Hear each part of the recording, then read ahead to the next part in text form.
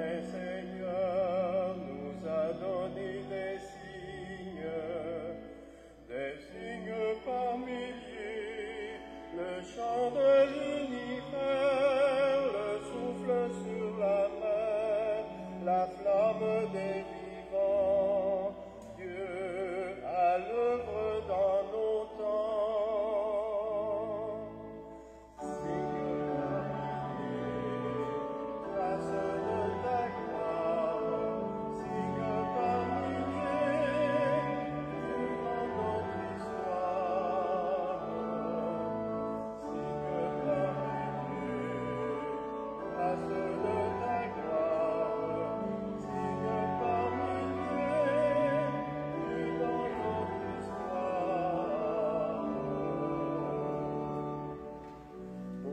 Seigneur, tu as choisi des signes d'unité, le fait de nos travaux, le vin des renouveaux, la table partagée, Dieu, la fête réveillée.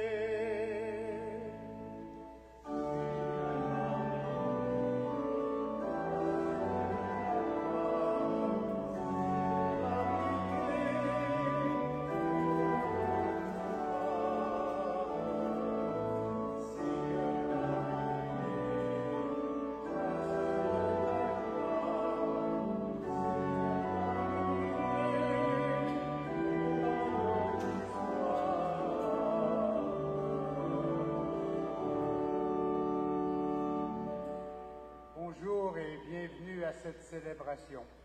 Nous sommes réunis au nom du Père et du Fils et du Saint-Esprit. Amen. Que le Seigneur Dieu, Père de toutes les lumières, soit toujours avec vous. La fidélité sans amour, ce n'est pas une authentique fidélité. La loi sans le cœur risque d'être du légalisme, un faux semblant. Chacun et chacune de nous vaut devant Dieu ce que vaut son cœur. Au début de cette Eucharistie, approchons-nous du Christ pour apprendre comment aimer en vérité. Seigneur Jésus, tu es venu nous montrer le chemin de l'amour. Garde-nous fidèles à tes enseignements et prends pitié de nous. Ô Christ, Sauveur du monde, tu as donné ta vie pour nous par fidélité et amour. Rends-nous confiants dans les épreuves et prends pitié de nous. Seigneur de gloire, tu nous rassembles auprès de Dieu, ton Père et notre Père. Fais-nous vivre dans l'espérance et prends pitié de nous. Que Dieu, dont la puissance est celle de l'amour, nous fasse miséricorde, qu'il nous pardonne nos péchés et nous conduise à la vie éternelle.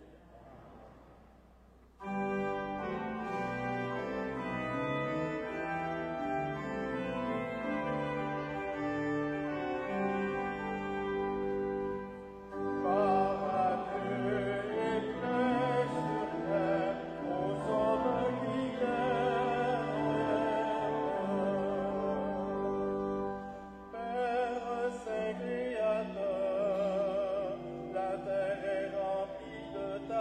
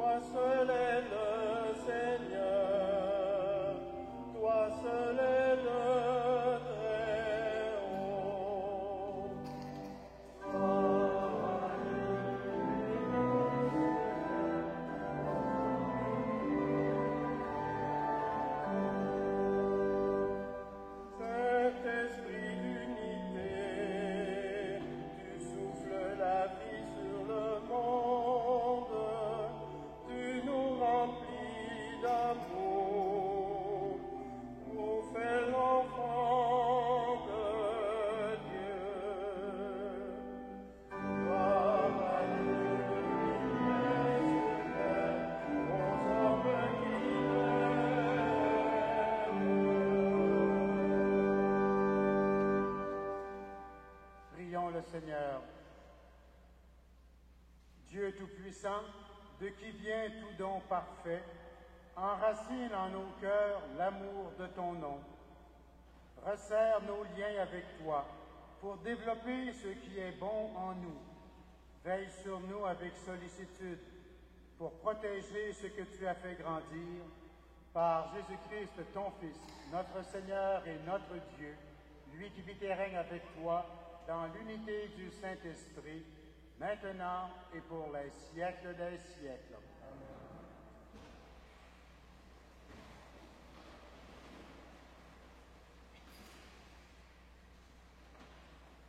Lecture du livre de Deutéronome. Moïse disait au peuple: Maintenant, Israël, écoute les commandements et les décrets que je vous enseigne pour que vous les mettiez en pratique. Ainsi vous vivrez et vous entrerez en possession du pays que vous donne le Seigneur, le Dieu de vos pères. Vous n'ajouterez rien à ce que je vous ordonne, et vous n'y enlèverez rien, mais vous garderez les ordres du Seigneur votre Dieu, tels que je vous les prescris. Vous les garderez, vous les mettrez en pratique. Ils seront votre sagesse et votre intelligence aux yeux de tous les peuples.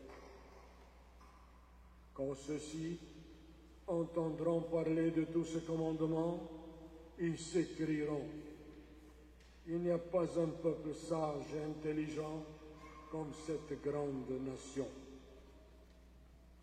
Quelle est en effet la grande nation dont les dieux soient aussi proches que le Seigneur notre Dieu est proche de nous chaque fois que nous l'invoquons? Et quelle est la grande nation dont les commandements et les décrets soient aussi justes que toute cette loi que je vous présente aujourd'hui? Parole du Seigneur.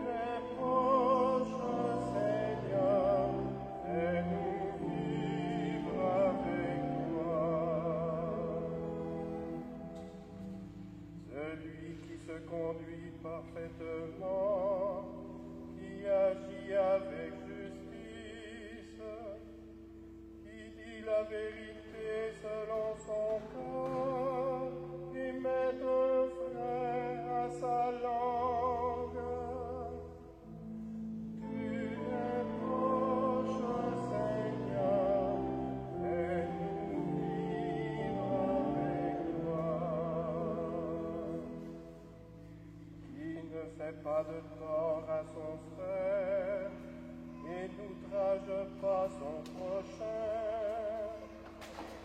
À ses yeux, l'air éprouvé est méprisable, mais il honore les fidèles du Seigneur.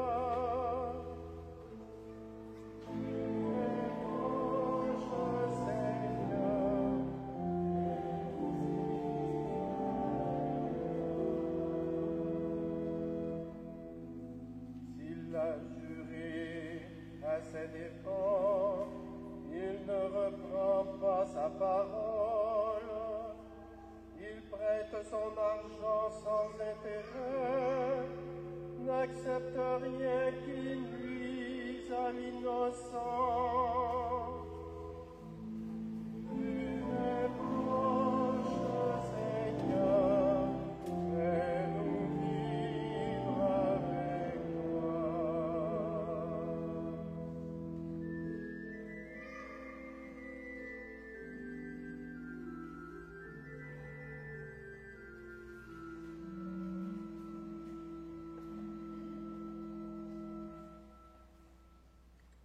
Lecture de la lettre de Saint Jean.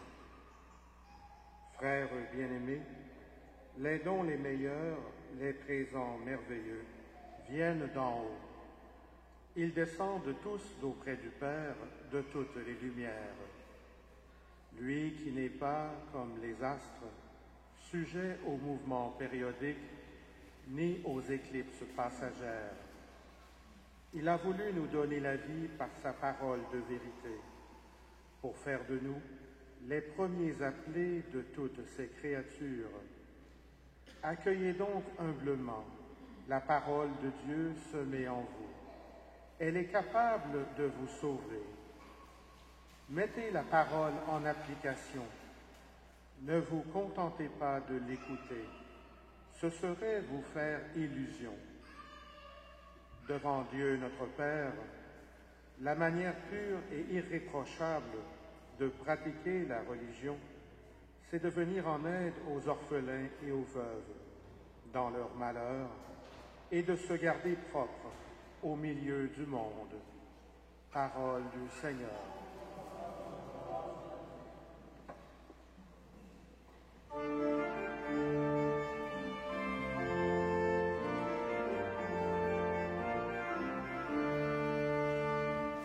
Alléluia, Alléluia,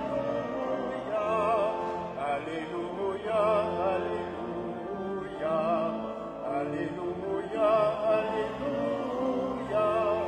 Alléluia, Alléluia. Dieu notre Père a voulu nous donner la vie par sa parole de vérité, pour faire de nous les premiers appelés de toutes ces créatures. Alléluia, Alléluia, Alléluia, Alléluia, Alléluia, Alléluia, Alléluia, Alléluia.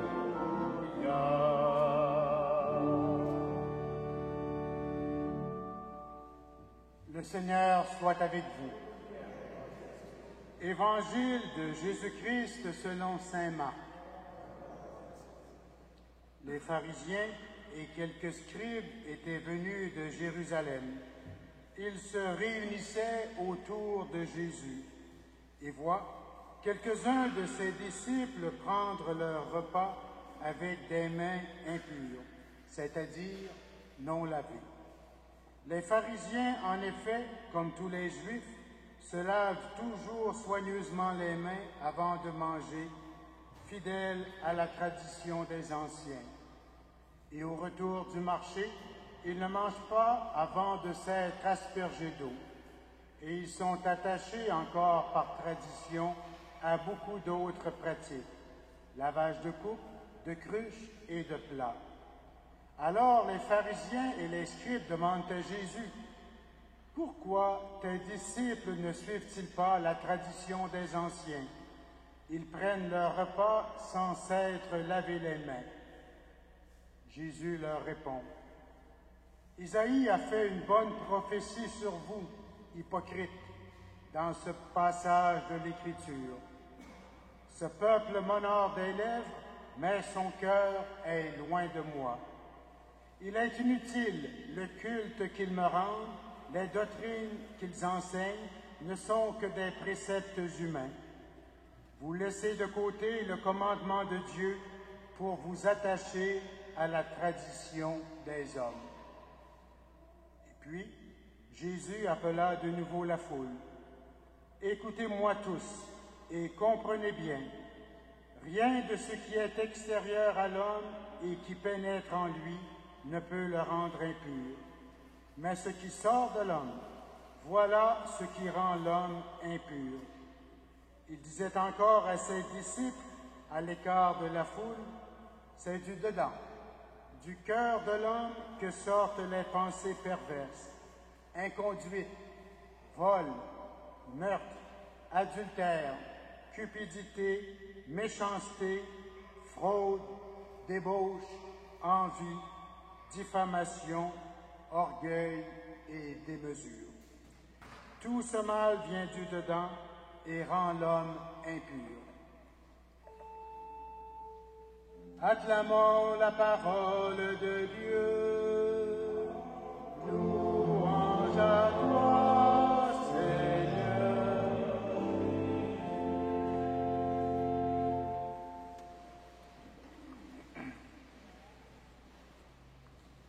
Les textes de la parole de Dieu que nous avons entendus ce matin et qui datent de plusieurs centaines d'années sont toujours d'une parfaite actualité. La loi de Dieu ne change pas, elle est immuable. Dieu ne change pas d'idée, il y a une constance divine. Dieu ne peut pas un jour vouloir du bien pour l'homme et à un autre jour du mal. Dieu ne peut pas demander à l'homme de réaliser son bien le plus profond et le lendemain le dispenser des lois qu'il a lui-même statuées pour qu'il atteigne son plus grand épanouissement, et cela sans contrevenir à celui de tous les autres humains. Il n'y a pas d'arbitraire divin. En Dieu, il n'y a ni ombre ni éclipse. Il veut que du bien pour l'être humain. Il a voulu lui donner la vie et la vie en abondance. Ce que Dieu commande et exige, ce n'est pas pour nous embêter ou nous mettre les bâtons dans les roues. C'est pour notre bien véritable, pour notre bien le plus profond. Même s'il arrive que nous ne cessissions pas, toujours et de façon immédiate, la pertinence de ce qui nous est demandé et qui peut nous sembler exigeant, voire même contraignant dans les commandements de Dieu, il importe d'essayer honnêtement de vivre en accord avec la loi éternelle de Dieu. Avec le temps, nous pouvons mieux, vraiment mieux, comprendre les exigences de Dieu pour notre vie et les accepter foncièrement. Ceci dit, puisque Dieu a voulu, au cours des âges, entrer en contact avec l'humanité, il a dû adapter et préciser son langage selon les différentes sociétés, selon les diverses époques, pour qu'ils puissent le comprendre. Autant la parole de Dieu, ses lois et commandements ne changent pas, autant nous ne pourrions vouloir enfermer Dieu dans le mot à mot utilisé par les divers auteurs sacrés au cours des âges. Lorsque Saint Jacques parle, par exemple, il nous dit que la manière pure et irréprochable de la religion, c'est de venir en aide aux orphelins et aux veuves dans leur malheur. Nous devons y voir naturellement une invitation précise qui vaut encore pour aujourd'hui, mais surtout, nous devons voir dans cet appel en faveur des veuves et des orphelins comme l'expression consacrée qui signifie et désigne les œuvres de charité en général. Les enfants et les femmes seuls étaient à cette époque les êtres les moins protégés. Ils n'avaient pratiquement pas de droits et étaient la propriété de l'homme adulte. L'enfant n'avait pas de droits et la femme qui n'était pas la fille de quelqu'un ou la femme de quelqu'un était facilement abusée. Le message clair de Saint Jacques, c'est que nous ne pouvons pas dire que nous aimons si nous ne pouvons pas concrètement venir en aide à notre prochain en souffrance. Et nous pouvons réaliser cette exigence de charité de bien des façons.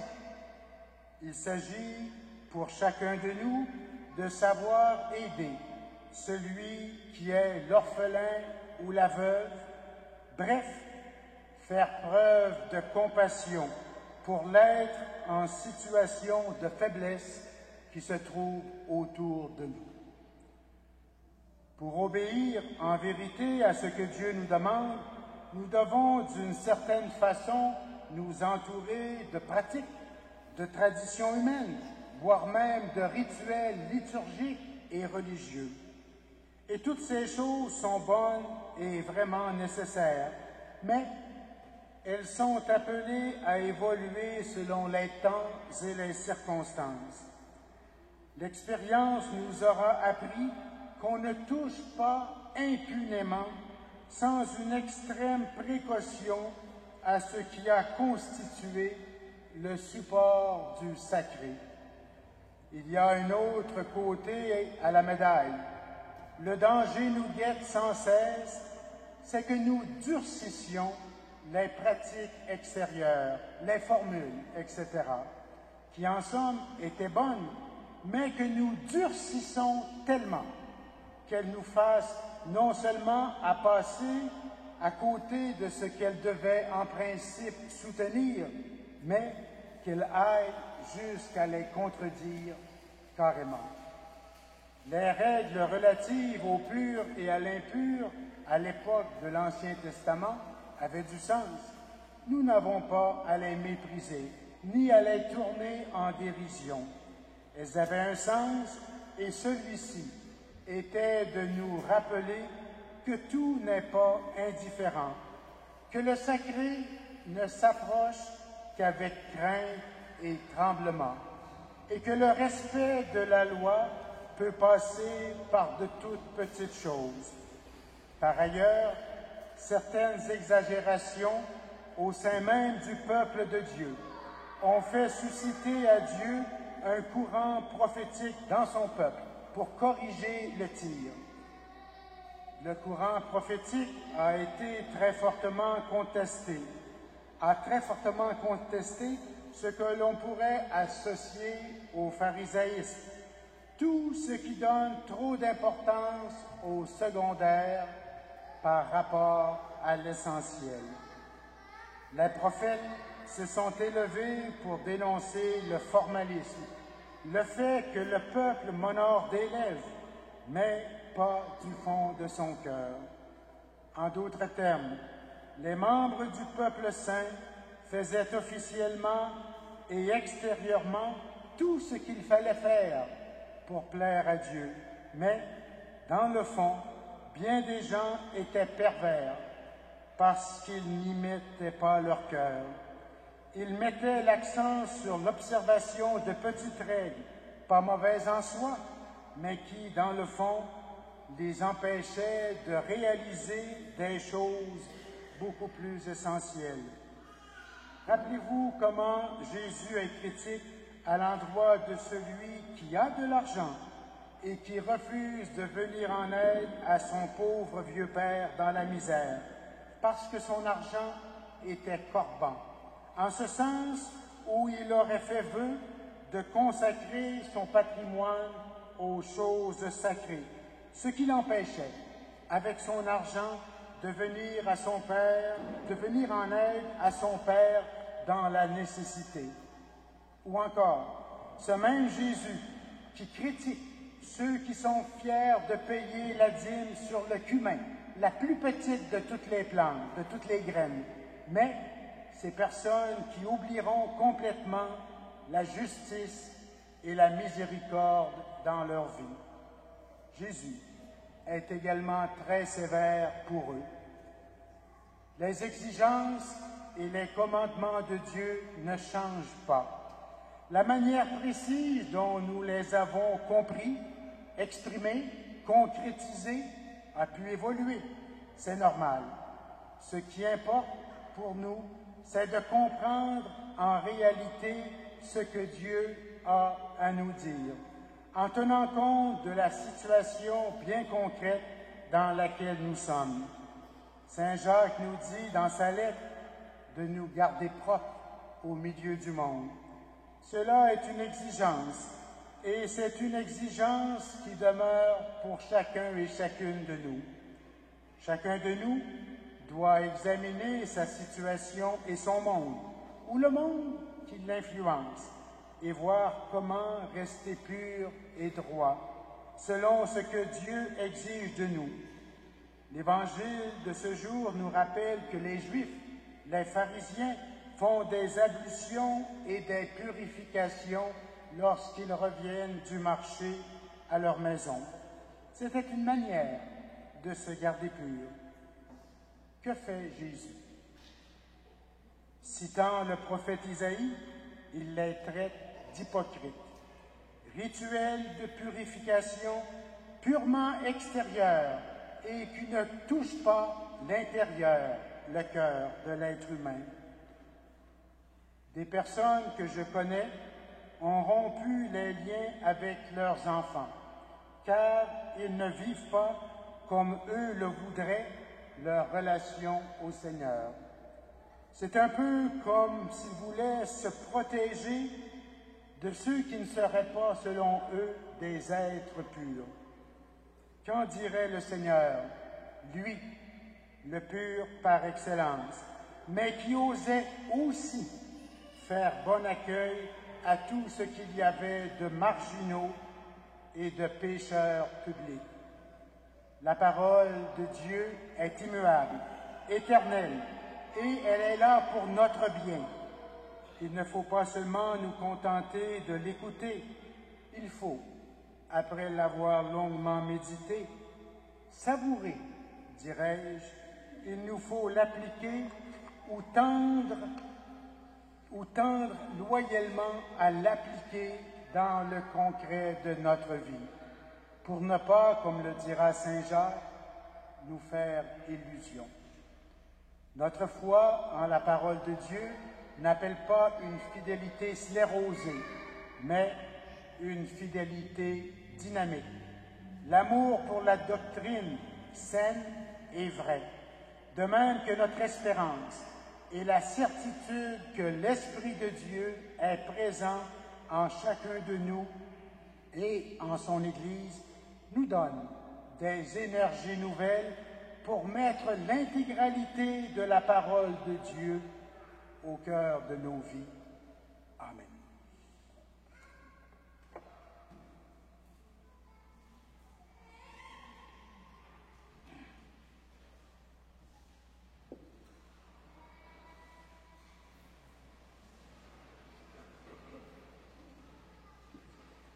Avec fierté, proclamons notre foi. Je crois en Dieu, le Père Tout-Puissant, Créateur du ciel et de la terre, et en Jésus-Christ, son Fils unique, notre Seigneur, qui a été conçu du Saint-Esprit, est né de la Vierge Marie, a souffert sous Ponce Pilate, a été crucifié, est mort et a été enseveli, est descendu aux enfers. Le troisième jour est ressuscité des morts, est monté aux cieux, est assis à la droite de Dieu, le Père Tout-Puissant, d'où il viendra juger les vivants et les morts. Je crois en l'Esprit Saint, à la Sainte Église catholique, à la communion des saints, à la rémission des péchés, à la vie éternelle. Amen. Après avoir écouté la parole de Dieu, faisons monter vers lui notre prière, non pas du bout des lèvres, mais du plus profond de nos cœurs. Pour que l'Évangile, la bonne nouvelle de la part de Dieu, soit annoncée partout, aux pauvres et aux plus délaissés, prions le Seigneur. Mais en nous, Seigneur, ton Esprit, pour que chaque chrétien, chaque chrétienne découvre sa place et sa mission dans la communauté. Prions le Seigneur. Mais en nous, Seigneur, ton Esprit. Pour les victimes de paroles fausses et blessantes, pour ceux et celles qui subissent l'injustice et la violence, prions le Seigneur. Mais en nous, Seigneur, ton Esprit. Pour que nous soyons toujours plus attentifs à l'appel des malades, des démunis et de tous ceux et celles qui souffrent de ne pas être aimés. Prions le Seigneur. Mais en nous, Seigneur, ton Esprit. Pour que cette Eucharistie illumine notre semaine et renforce notre communion fraternelle. Prions le Seigneur. Mets en nous, Seigneur, ton esprit. Seigneur Dieu, nous te demandons de répandre ton esprit sur l'Église et le monde entier, pour que ta parole soit vécue au jour le jour, partout où elle est proclamée et accueillie. Nous t'en prions par Jésus, ta parole vivante, maintenant et pour les siècles des siècles. Amen.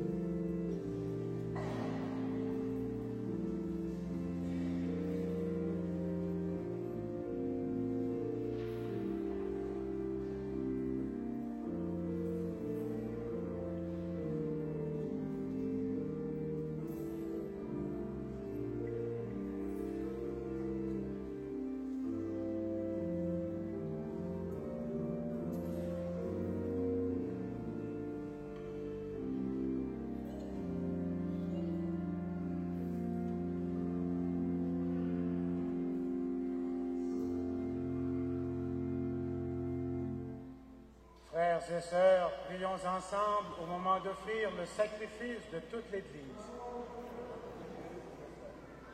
Que l'offrande eucharistique, Seigneur, nous apporte toujours la grâce du salut. Que ta puissance accomplisse elle-même ce que nous célébrons dans cette liturgie. Par Jésus-Christ, ton Fils, notre Seigneur et notre Dieu, lui qui vit et règne avec toi dans l'unité du Saint-Esprit, maintenant et pour les siècles des siècles. Le Seigneur soit avec vous. Élevons notre cœur. Rendons grâce au Seigneur notre Dieu. Vraiment, il est juste et bon de te rendre gloire, de t'offrir notre action de grâce toujours et en tout lieu, à toi, Père très saint, Dieu éternel et tout-puissant, à toi, Créateur de tous les éléments du monde, Maître des temps et de l'histoire. C'est toi qui as formé l'homme à ton image et lui as soumis l'univers et ses merveilles. Tu lui as confié ta création pour qu'en admirant ton œuvre, il ne cesse de te rendre grâce par le Christ notre Seigneur. C'est toi que la terre et le ciel, avec les anges et les archanges, ne cessent de t'acclamer en chantant.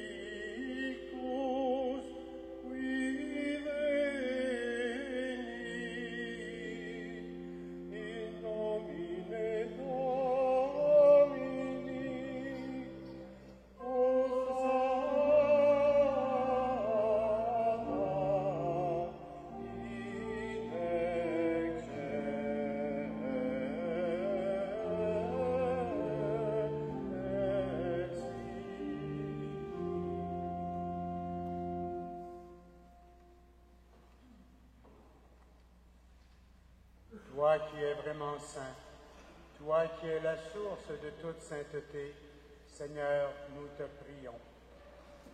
Sanctifie ces offrandes en répandant sur elles ton esprit, qu'elles deviennent pour nous le corps et le sang de Jésus le Christ, notre Seigneur.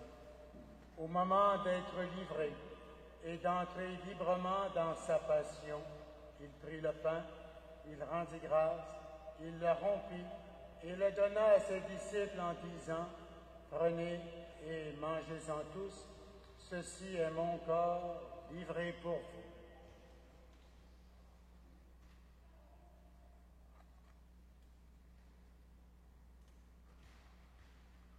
De même, à la fin du repas, il prit la coupe. De nouveau, il rendit grâce et la donna à ses disciples en disant, « Prenez et buvez-en tous, car ceci est la coupe de mon sang, le sang de l'alliance nouvelle et éternelle, qui sera versé pour vous et pour la multitude en rémission des péchés. Vous ferez cela en mémoire de moi. »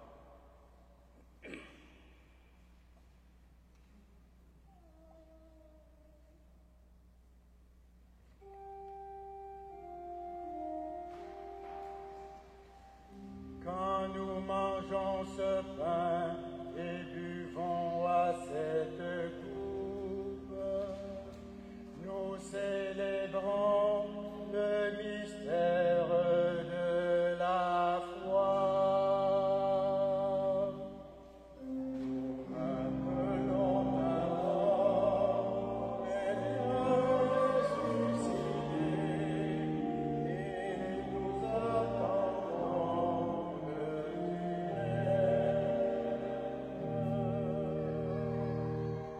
faisant ici mémoire de la mort et de la résurrection de ton Fils, nous t'offrons, Seigneur, le pain de la vie et la coupe du salut.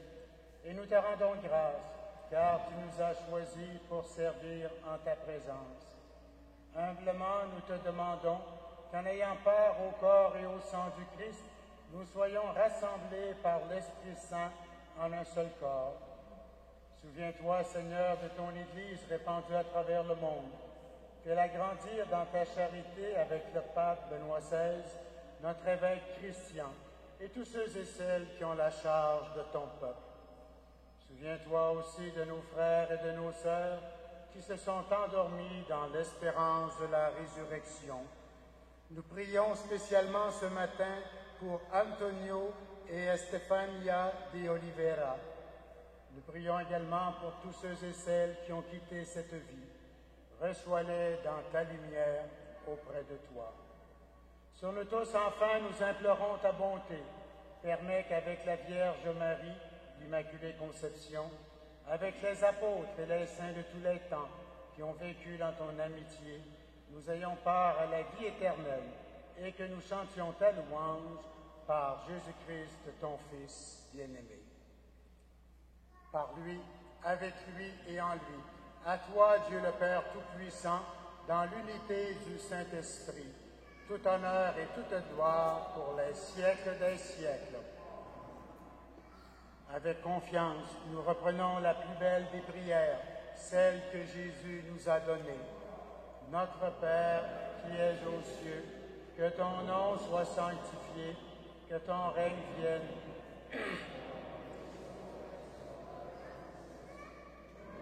Aujourd'hui, notre pain de ce jour, pardonne-nous nos offenses, comme nous pardonnons aussi à ceux qui nous ont offensés, et ne nous soumets pas à la tentation. Délivre-nous de tout mal, Seigneur, et donne la paix à notre temps. Par ta miséricorde, libère-nous du péché, rassure-nous devant les épreuves, en cette vie où nous espérons le bonheur que tu promets, et l'avènement de Jésus-Christ, notre Sauveur.